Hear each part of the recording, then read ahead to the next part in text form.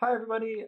Some interesting things have happened in Guy's world over the last few months, so just wanted to talk about that. So, importantly of all, as I'm sure you can see, shit is in 3D now. Now, if you're wondering what this is literally just some random set of functions to give me something interesting to look at with my camera.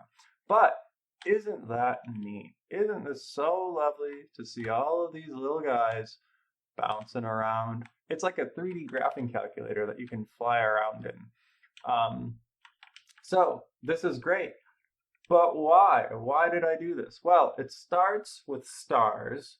I wanted to make stars properly good, like real, like based off the real stars. So I implemented this as a celestial sphere. And now check at that. We can have our star map. And whoops, this is tied to the field of view of the real game right now. So yeah, it's a little janky, but that's fine. Here's our field of view. Look at that. Now we have our stars, and now these, of course, advance over the course of the day, and you can adjust the angle that you're looking at the sphere from, and it works. That's pretty cool. But obviously, there's so much more you can do with 3D than just this. And so what's next is trees. So I had started working on these magnolia trees quite some time ago, actually. I'm going to turn off lighting because it's a little broken.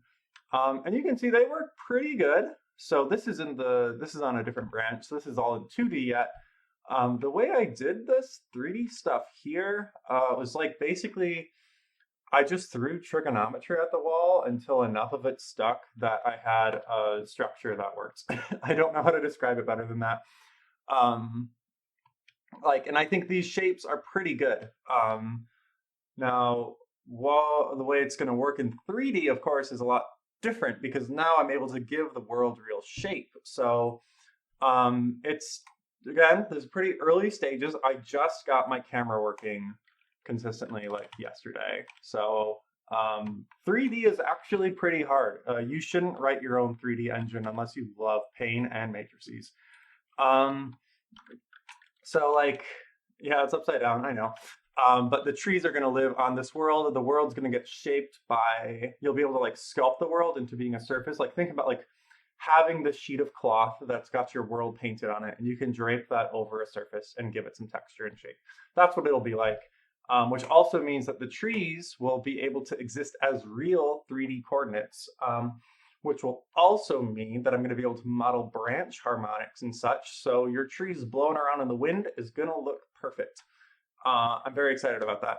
So in the rest of this video, I don't have much else to show. So I'm going to just show the code and like briefly explain how this works and how I implemented it. Because it's pretty neat, but it's pretty hard to see a working example of it, especially when the most sane people don't do this for fun. So, all right, I'm going to try to do my best off-the-cuff explanation of how all of this code works. So we're going to start with this render test method, which is what displays that grid of sinusoidal waves. Because this will give us something in world space, and then I'll show you how it's converted to camera space and then to screen space via a chain of matrix multiplications. So world space is most straightforwardly these x, y, and z coordinates refer to a specific location in my world. Now, where is that location? It's right here. So with this, I'm also providing a color, which is it's a color, it's what it is. So this render test point method here, this brings us into screen space, and then it puts us on our buffer to get rendered out eventually. Now I do this buffering because rasterization is hard, and I'm trying to shortcut my way around doing that as much as I can, and I think I can for my game. That's an aside. So how does that work? How do we go from Cartesian world space to screen space? So there's a couple things we do. First, we make the right transformation based on the position of the camera.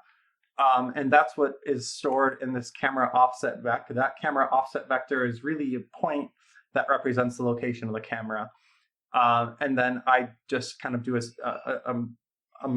transformation on that basically to say, where is my real point? And then we say point to screen of multiply matrix and point camera to world.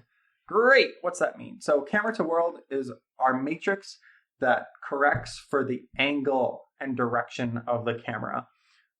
So that's what this camera to world matrix is doing. We construct this camera to world matrix according to three vectors: the forward vector, the right vector, and the up vector. At risk of a long explanation, basically, you are looking forward in front of you. What you are staring at ahead of you is the forward vector. What is directly to the right of you is your right vector. What is directly up from you is your up vector. Now, if you lay on your back now, your forward vector will be pointed at the ceiling. Your up vector will be pointed behind you over your head, right?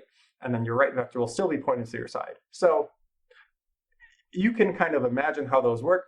We do some tricks to get those vectors. So our forward vector is what we start with based off of our rotation, our pitch and yaw. Our right vector, we do a cross product of the forward vector and pure up to go right. And then we do another cross product from that vector and our forward vector to get our true up vector.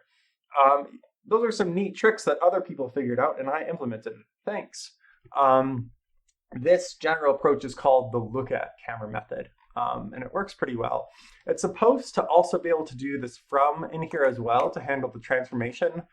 This transformation part of it in here to handle the camera's location, but I couldn't get that working.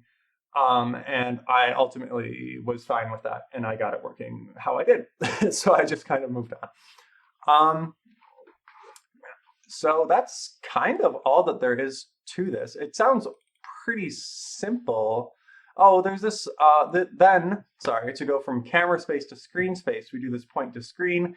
This is a perspective matrix that deals with camera field of view. So that's kind of how that works.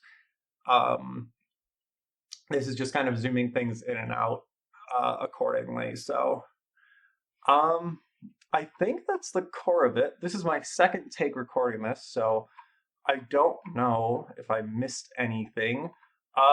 Then the canvas panning. I'm trying to remember how this works. Basically, it's kind of the same story. We have to build a forward, right, and up vector, and then we create a forward offset, right offset, and up offset based on the speed that the users entered for each of those vectors to get applied for. We do a summed offset of all of those transformations, and then we add it to our camera's position. So that's kind of how we can pan the camera around over time. I think that is everything. All this code is available on the Pure Insanity branch of my repo. It'll probably get merged into the main body of it months from now. This stuff is really hard, but we'll take it. We'll take the wins as they come. Then lastly, stars, which are kind of like where I started all this, how I learned to do this. I've used both the Bright Star catalog here and then the HIP main catalogs. These have the Bright Star catalog has all the stars that are visible to the naked eye. The HIP main catalog has 1 billion stars, 120,000 of them or something. So depending on what you want, those can work for you. Just make sure I load them. I process them into points on ascension and declination. I handle their brightness and color. Color, I calculate based on their color temperature, which they provide a BV value. You can turn BV into color temperature and then use that for rendering. So that's how I do that. I do some camera handling garbage. Yeah, I don't know. Hope you found it interesting.